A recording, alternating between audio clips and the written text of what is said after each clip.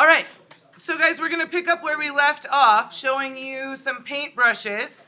So we talked about size, opacity, different brushes, different modes, right? When you're in your paintbrush, you have, I don't know if I don't think I talked about this one, but not only do you have different styles of brushes, but you also have different modes. It's very similar to the layer styles over here in your layers, so you can get similar effects by putting brush strokes in separate layers, but you can also just get that effect on the brush stroke itself. So you have normal, and this is also a good thing to know if you have a brush stroke and you've been painting along and it's been acting fine, and all of a sudden you come in one day and it's just not normal anymore. Check your mode, because sometimes it's been switched by another user. So if you do dissolve, what you get is more of this kind of open, dissolved look, almost like a chalk style. But if I were to have it on normal, oh, well, I happen to have that kind of brush, I guess. So I'll go back into my basic brushes so I'm not confused. And okay, please. So normal, you get something like that. Dissolve, you get, see the edges? You get more of a broken, dissolved edge. And there's all different ways. Some of these wouldn't show up necessarily unless you had the opacity down, and then you can start to see them relate to colors and things that are behind them. So you can play around with that. Difference is like the opposite. So see, then whenever I paint over something, it gives me some opposite. So, that's one of the fun things about Photoshop is, in addition to the fact that it actually mimics using real paint pretty darn well with the mixer brush that I'll show you in a minute, you can also do these effects and things and layering effects that you kind of really can't get in reality because of the way that, real paint works and dries on the surface. But through this and using Photoshop and through these different techniques, you can use layers to go above and below. And so you can do things that in a regular painting are much more limiting.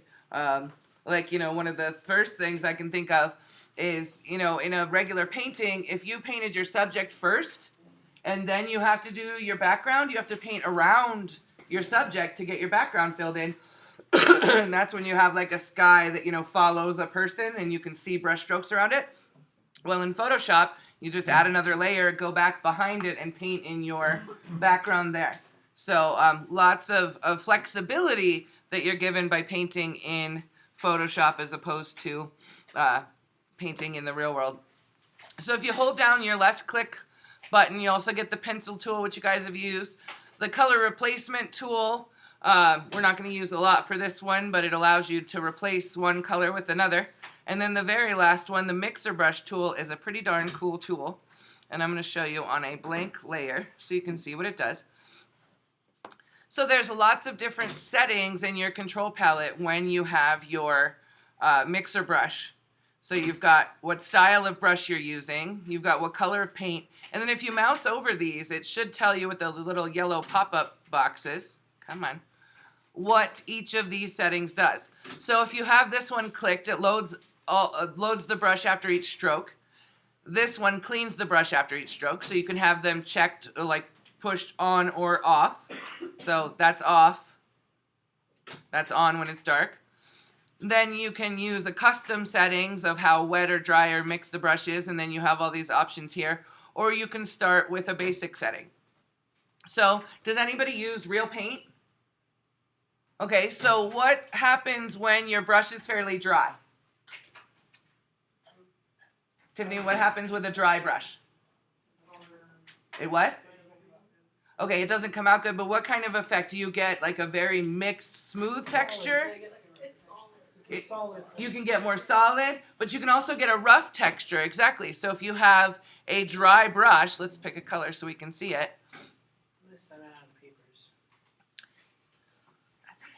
So you end up with a drier brush, it doesn't mix as much. So how the mixer brush works is you can take either different colors or different tones, and see here, with a dry brush, it just kind of goes over it. It doesn't blend the two, okay, because the wetness is all the way to 0. So there's all these different options. Moist adds a little bit more water to your brush. And then there's wet and very wet, like a dripping, very wet brush. And to show you the difference, if I take a wet brush and then go back in with 2 different shades of a similar color,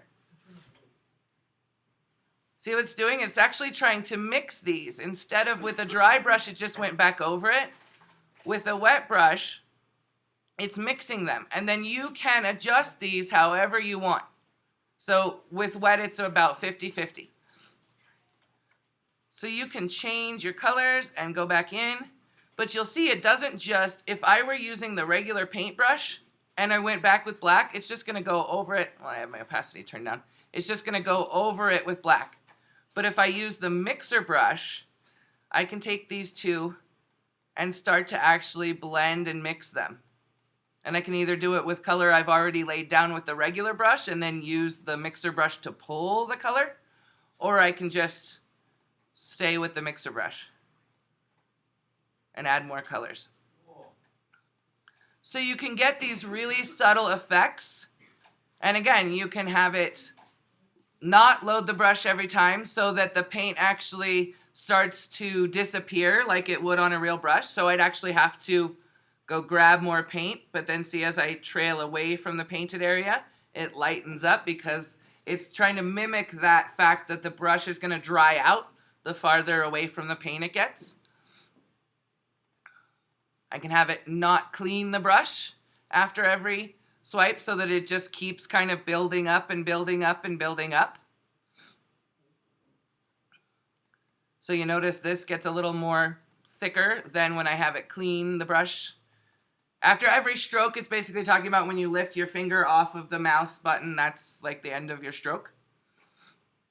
So I definitely encourage you to play around with the mixer brush.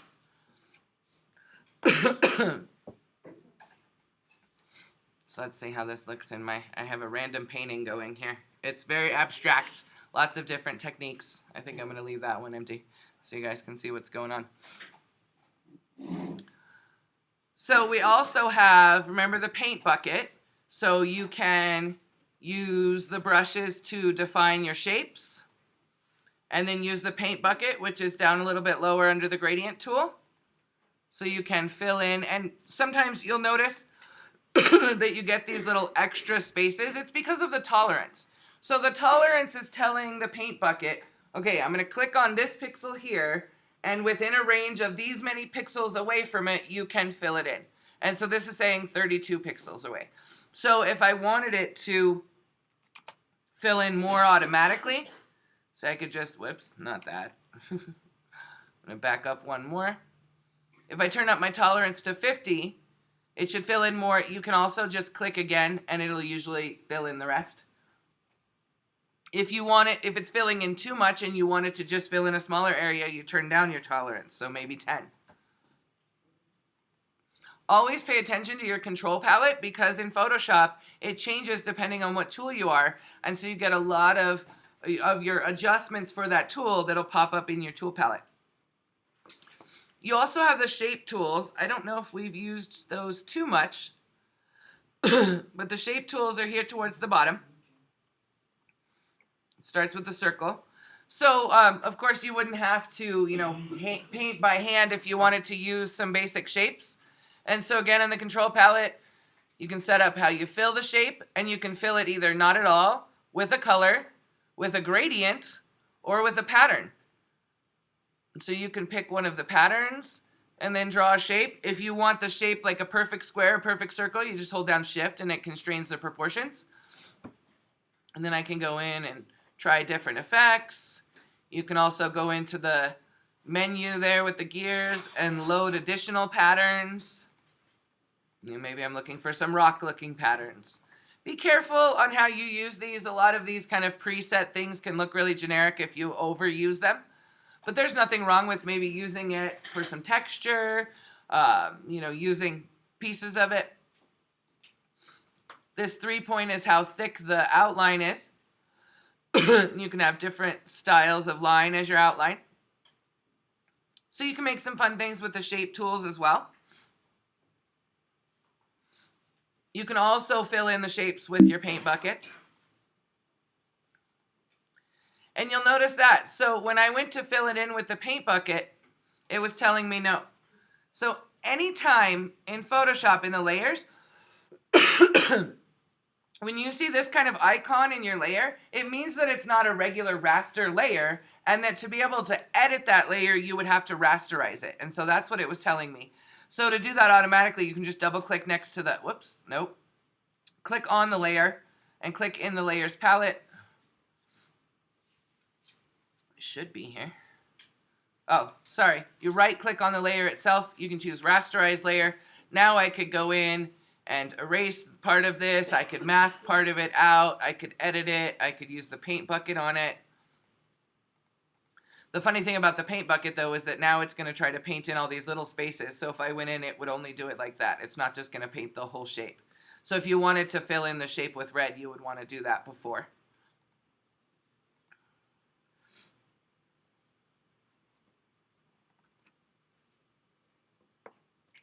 Don't be afraid to use your different layers. It give you a lot less flexibility if you have all of your painting stuck in one layer. So, you know, if you're painting a person or some kind of subject, you know, put your main subject in one layer and your background in another layer and foreground pieces in another. That gives you much more flexibility with moving things around and making creative decisions as you go.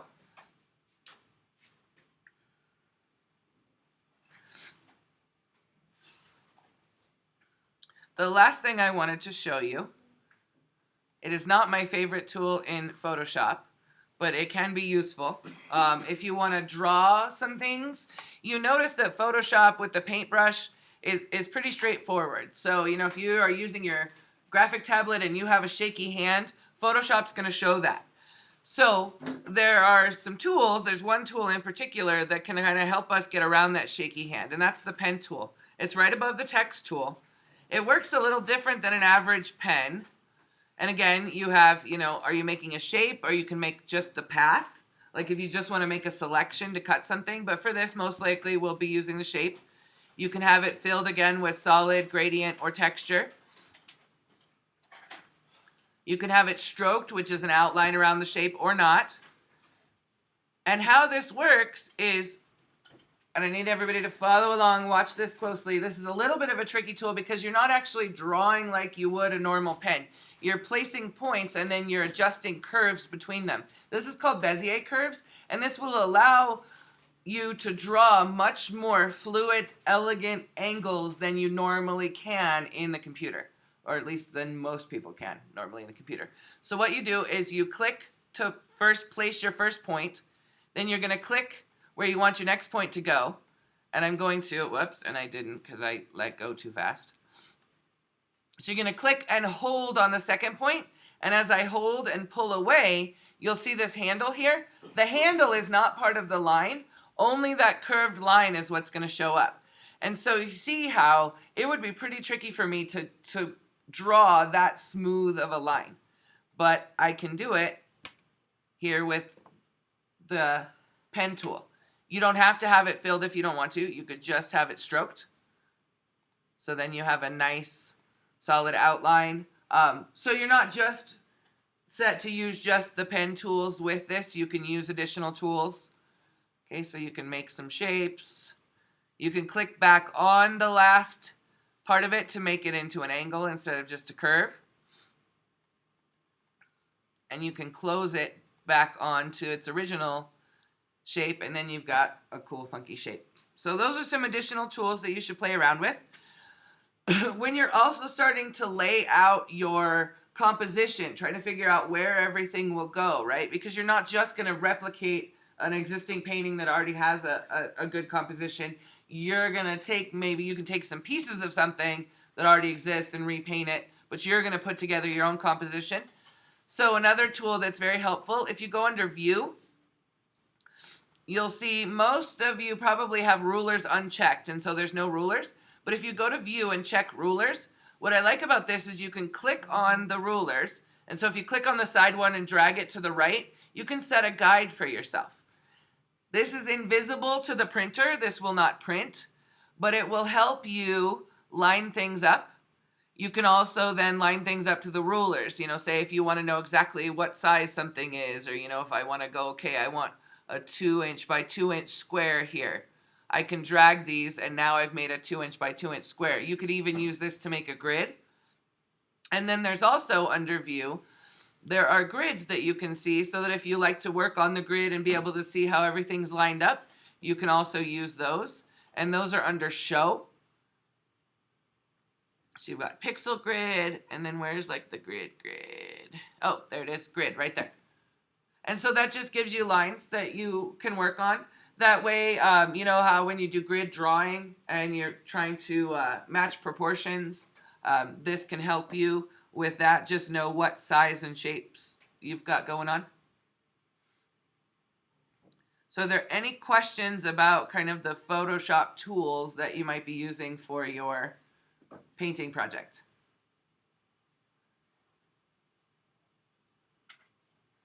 No questions? Okay, so